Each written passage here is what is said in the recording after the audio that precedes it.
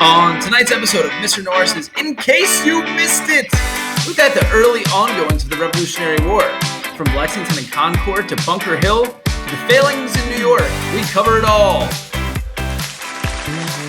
Go ahead, take it! Take it, it's yours! Ah! Hey, hi, hello, and what is up, everybody? It's your host, Mr. Norris, the history teacher with the good hair. And today we're going to be talking about the early battles and early ongoings of the Revolutionary War. Very exciting stuff. A little cameo appearance by my dog Chance there, happily chewing a bone. All right, when we last left off, we talked about the midnight ride of Paul Revere. We're going to pick up literally right from there. If you remember, Paul Revere rode out ahead of about 700 British troops to warn the countryside about them coming and trying to seize colonial weapons in the city of Concord. All right, well, these 700 British troops reached Lexington the next morning, and they are met by a small contingency of militiamen and minutemen led by a man named Captain John Parker. So it's about 90 colonial militiamen, and not the full 700 British soldiers, but a smaller group or smaller company of them. Now, they kind of approach each other, and there's a bit of a standoff, and Captain John Parker tells his men, look, we don't intend for the war to start here right now today, but if they do, then so be it. What happens next is referred to as the shot heard round the world. Yes, and it is the start of the revolution, if you're aware of that song. Nobody knows for sure exactly which side fired the first shot or the shot heard around the world, whether it was the colonial or American side or the British side. But regardless, a shot rings out, a few shots are exchanged, a few colonists are dead, and the rest kind of just scatter like cockroaches because they're grossly outnumbered and really don't stand a chance against the British Army that day. The British Army then continues on to Concord, where their ultimate goal is to find colonial weapons in the town of Concord that they believe have been hidden there. Now, Concord, if you remember from one of my previous videos, is about 20 miles outside of the city of Boston. And weeks prior to the British marching out there, the colonists had kind of been tipped off that they were eventually going to come, and they moved most of these weapons. So when the British get inside the town of Concord, they quickly realize that what they've come to obtain is no longer there. They find some small weapons and ammunitions, a few small artillery guns, and they begin to burn them and destroy them. Now, a group of colonists, this is later on in the afternoon, and like I said, Paul Revere, Samuel Prescott, William Dawes do a really good job of alerting the countryside, and hundreds, if not thousands of militiamen have gathered at this time in order to repel or fight off the British. And some of them are gathered in a location not too far from the North Bridge in Concord. And there's about a group of 100 British soldiers that are stationed at the North Bridge to kind of watch what's going on there and watching the comings and goings. And they know that there's some colonial militia in the area. Well, when the rest of the British Army is burning all these weapons inside of Concord, there's a militia on top of a hill right by the North Bridge. And they think that the British are literally burning down their town, burning down their homes. So they storm to the North Bridge, understandably so, very angry and very upset. When they get there, they meet across the bridge, a group of about 100 British soldiers, as I spoke about before. Again, they have a little bit of a standoff there, but then the first ordered shots from this colonial militia are fired on the British. There are British casualties, and really it's from this point on that the Revolutionary War is on, right there at the North Bridge in Concord. Now, the British troops, the rest of the day, they are forced to retreat that 20 miles all the way back to Boston, and now as militiamen and countrymen have people around the countryside have gathered, they are grossly outnumbered. And this is pretty much just a free-for-all march back 20 miles to Boston. All along the way, like I said, Minutemen, militiamen are gathering, firing at them, and having small skirmishes from Concord all the way back to Boston. The results that day in April 1775 are almost over 300 British casualties, and they kind of go back to the city of Boston. And it's right from there that the Patriot side or the colonial militias begin the siege of Boston, kind of tying it off. And this lasts from right around April 1775, eventually into March 1776. There is another significant battle that takes place in this time period, and that's the Battle of Bunker Hill. Now, there were some colonial fortifications on Breed's Hill, which was right in front of Bunker Hill, in the area of the Charlestown Peninsula overlooking Boston. And these are really good strategic positions if you want to defend the city and kind of own the city there. Well, a battle takes place in June 1775 on Breed's Hill that becomes known as the Battle of Bunker Hill. And basically, the colonial militias gathered there have made fortifications out of earthworks. And what that means basically is they piled up a bunch of dirt, right? And kind of hid behind it. Now, they didn't really have that much ammunition, and obviously, the Patriot fighting force at this time is really not anything to write home about, anything special. Their commander at that day is a man named William Prescott. And as the British are charging up the hill to try to take this position, again, because it's a good strategic position to defend and keep the city of Boston, he tells his men, he looks at them and he looks at the British, and he tells the British, "When you're ready, come and get it. Na na na na na na na na." No, that's not what he said. It's a really catchy song, though. I just heard it on the radio like a half hour ago, so it's stuck in my head. No, he looks at his men and he says, "Do not fire until you see the whites of their eyes." Because these Patriot soldiers are not very good, not very accurate. There's not a lot of ammo to go around. So make sure the British troops are nice and close to you, then fire.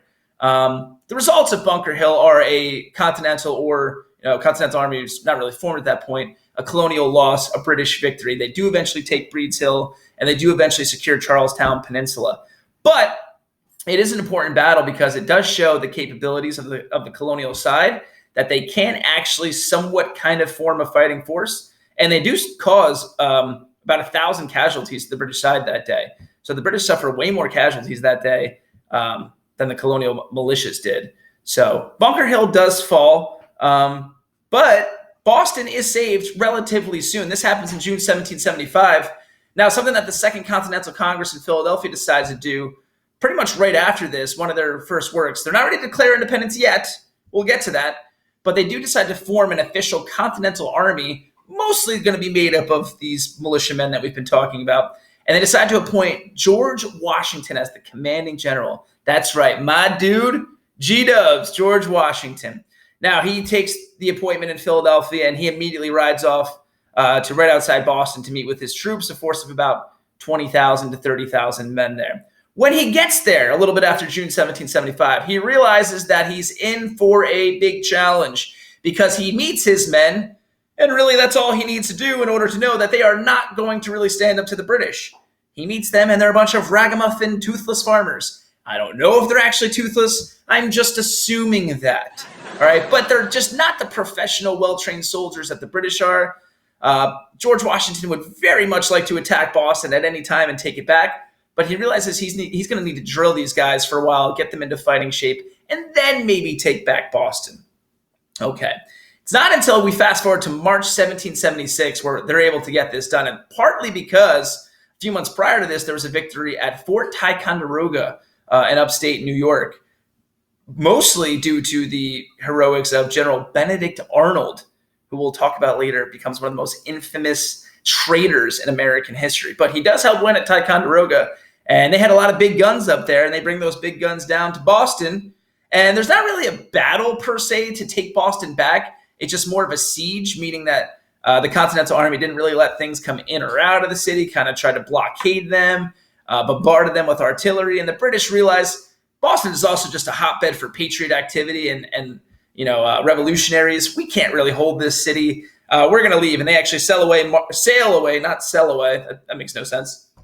They're going to sail away March 17, 1776, and go up to Halifax in Canada. And the Continental Army marches into the city that day and retakes the city. They retake Boston March 17th, St. Patrick's Day, 1776. So just imagine the celebration, St. Patrick's Day in Boston. Yeah, I know. Okay. Now, where does the war go from here? The British kind of regroup in Canada, and they realize, okay, we're not going to be able to use this major city, Boston, as our staging point for this war in the colonies. What other city can we take? And they start to set their eyes on New York City. At that time, New York City had a huge loyalist population. Just so happened that in the colonies, about a third of the people were patriots, meaning they wanted to break away from Great Britain. About a third of the people were loyalists, meaning they wanted to remain loyal to Great Britain. And about a third of the people just didn't care, wanted to be left alone, to be honest with you. And we're going to see how it all shook out. But if you were loyalists, you tended to be loyalists because you were a little bit older, a little bit wealthier. You might have had established businesses that dealt with Great Britain, and you didn't really want to see that end.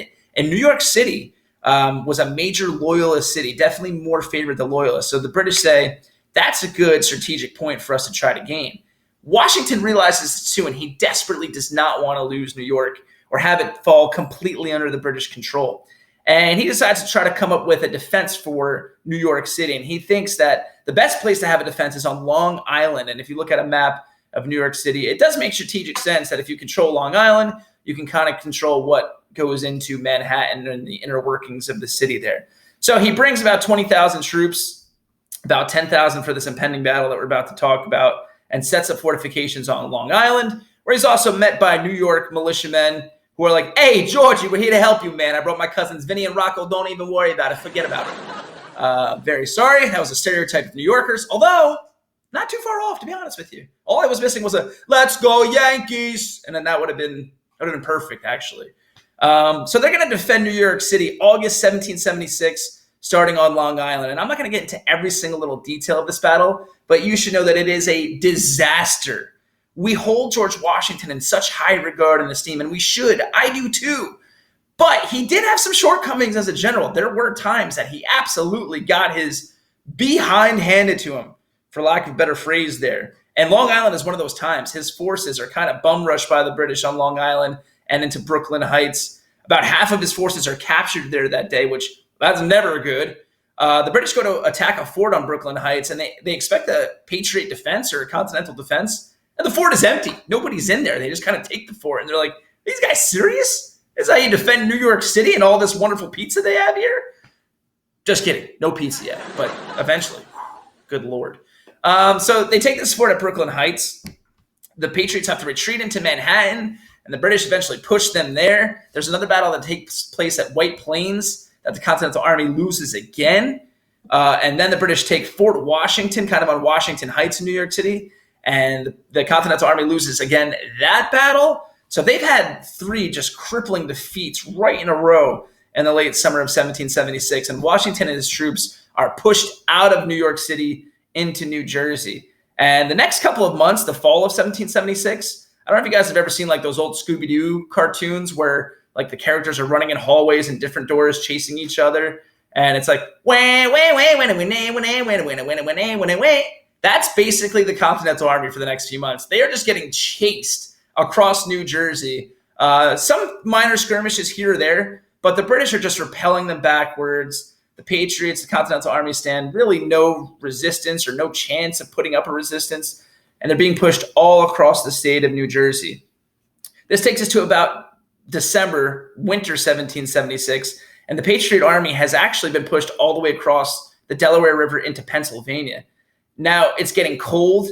The Continental Army was once about 20,000 strong when it was first formed, and Washington's down to about 5,000 troops under his direct command due to casualties, due to desertion, people running back to their farms to take care of things, and due to people just losing hope and not wanting to be a part of the movement anymore. This is an extreme low point for the Continental Army. They are on their last legs here. And I make this analogy to my students. When your iPhone's on 2% battery and you're like, oh, God. The Continental Army and the Revolution are on 2% battery at this point in Pennsylvania in December 1776. Another thing that Washington's looking at is that in a couple of days, the calendar is going to turn to 1777.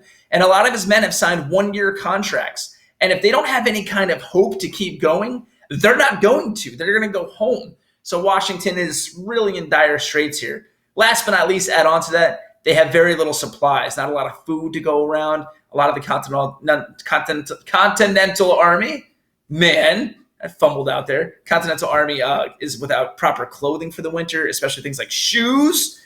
Shoes are usually pretty good in freezing winter. So this is an extreme low point for them. And really the revolution seems all but lost. And this is going to take us to the Battle of Trenton and Washington's 10 crucial days. So there you have it. That's some of the early war there. There's a few early successes. Lexington, Concord, Bunker Hill, even though it's a loss, is kind of a success. The retaking of Boston. I can't stop coughing. But then the defense of New York City, total disaster. Washington gets pushed out all the way across New Jersey into Pennsylvania. Times are desperate. We're going to see what happens next time. Hope you enjoyed the video. If you did, please like, comment, or subscribe. Any of that would be just fine. Remember that history is life. And in the words of George Washington, the surest basis for public happiness is knowledge. So go out there and get some. Have a good night, everybody.